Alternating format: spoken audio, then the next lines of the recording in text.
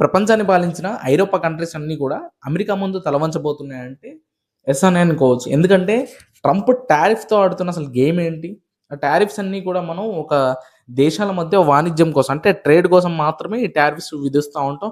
ఈ ట్రంప్ ఏం చేశాడంటే దీన్ని ఒక బెదిరింపులాగా అంటే మీరు గనక నాకు సపోర్ట్ చేయకపోతే మీ మీద 50% టారిఫ్ ఏస్తాను. 500% టారిఫ్ ఏస్తాను. 100% టారిఫ్ ఏస్తాను అని ఒక బెదిరింపులు ఈ మధ్య రీసెంట్ టైమ్స్‌లో బెదిరిస్తా ఉన్నాడు. అసలు అతనికి ఫస్ట్ వెనిజులాని ఆక్యుపై చేశాడు. వెనిజులాలో నేచురల్ రిసోర్సెస్ ఎక్కువున్నాయని. తర్వాత ఇరాన్‌ని ఆక్యుపై చేస్తా అంటే అక్కడ ఆ దేశానికి సంబంధించిన సుప్రీం లీడర్ బెదిరించడంతో ఎందుకో అసలు అతనేమనుకున్నాడో గాని వెనక్కి తగ్గాడు. ఇప్పుడు కంపల్సరీ నాకు గ్రీన్‌లాండ్ కావాలని ఒక పట్టు మాత్రం గట్టిగా పట్టుకొని కూర్చున్నాడు. అసలు గ్రీన్‌లాండ్ తనకి ఎందుకు ఇంపార్టెంట్? ఈ టారిఫ్స్ అనేవి ఏ కంట్రీస్ మీద విధించబోతున్నాడు? అండ్ ఫ్యూచర్‌లో జియో పొలిటిక్స్‌లో జరిగే కొన్ని మైనర్ చేంజెస్ గురించి మనం ఈ వీడియోలో కంప్లీట్‌గా డిస్కస్ చేసుకుందాం. Hello everyone, I am Naseer Babu. మీరందరూ చూస్తున్నారు లైఫ్ ఆఫ్ నసీర్ ఛానల్. అసలు గ్రీన్‌లాండ్ ట్రంప్‌కి ఎందుకు అంత ఇంపార్టెంట్ అంటే, గ్రీన్‌లాండ్‌ని ఫస్ట్ ఎవరు పాలిస్తున్నారంటే, గ్రీన్‌లాండ్ డెన్మార్క్ వాళ్ళ దేశంలో ఆధీనంలో ఉంది.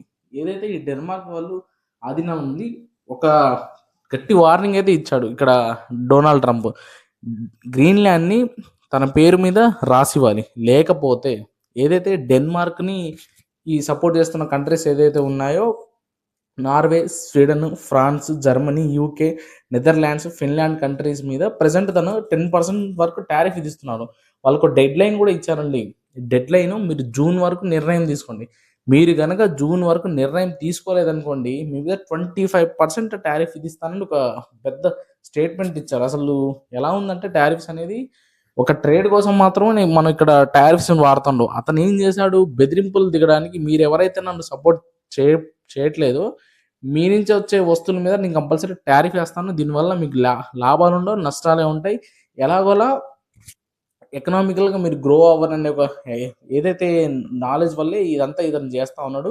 ఈ యూరోప్ కంట్రీస్ అన్నీ కూడా అసలు ఇంకా రెస్పాండ్ అవ్వలేదు. ఆ రెస్పాండ్ అయితే కంపల్సరీ మీకు ఇన్ఫర్మేషన్ కూడా నేను అందిస్తాను. కంపల్సరీ సబ్స్క్రైబ్ చేయండి ఇలాంటి ఇన్ఫర్మేషన్ కంటెంట్ కోసం. అసలు గ్రీన్‌లాండ్ ఎందుకు అంత ఇంపార్టెంట్ అంటే 21 సెంచరీలో అంటే ప్రెజెంట్ 2026లో టెక్నాలజీకి కావాల్సిన చిప్స్ ఏదైతే మన ఫోన్స్, ల్యాప్‌టాప్స్, ఈ ఎలక్ట్రానిక్ కార్స్ అండ్ రోబోట్స్‌కి కావాల్సిన చిప్స్ అని, మినరల్స్ అని అక్కడ చాలా ఎక్కువగా ఉన్నాయి. ఏదైతే గ్రీన్‌లాండ్‌లో. అందుకోసం అండ్ అలాగే గ్రీన్‌లాండ్‌లో ఈ చిప్స్ అనేవి ఎక్కువగా ఉన్నాయి. మినరల్స్ కూడా ముడి ఖనిజాలు కూడా అక్కడ ఎక్కువగా ఉన్నాయి. ఈ ముడి ఖనిజాలు అంటే ఈ మినరల్స్ అనేవి చైనాలో ఎక్కువగా ఉన్నాయి.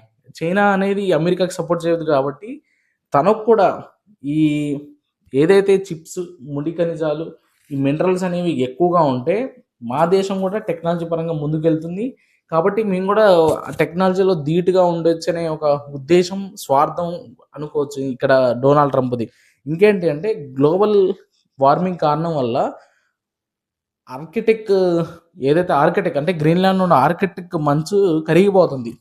ఈ ఆర్కిటిక్ మంచు కరిగిపోయినప్పుడు అక్కడ ఒక సముద్ర మార్గం ఏర్పడే అవకాశం అయితే కంపల్సరీ ఉంది.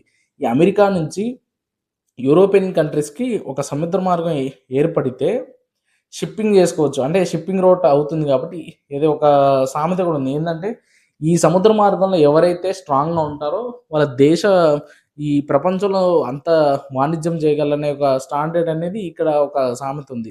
దీనివల్ల కోసం మాత్రమే ట్రంప్ అటు టెక్నాలజీ పరంగా చిప్స్ ఉన్నాయని ఒక లాభం.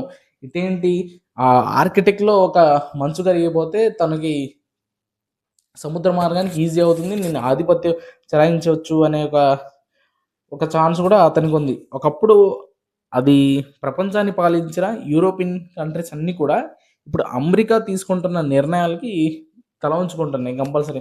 ఎందుకంటే ఇంకా అతను ట్రంప్ రాబోయే రోజుల్లో అసలు ఏం చేస్తారంటే ట్రంప్ అమెరికా కొన్ని కంట్రీస్‌కి సైన్యం పరంగా అండ్ సెక్యూరిటీ పరంగా కొంచెం ఫోర్స్‌ని ఇస్తా ఉంటది.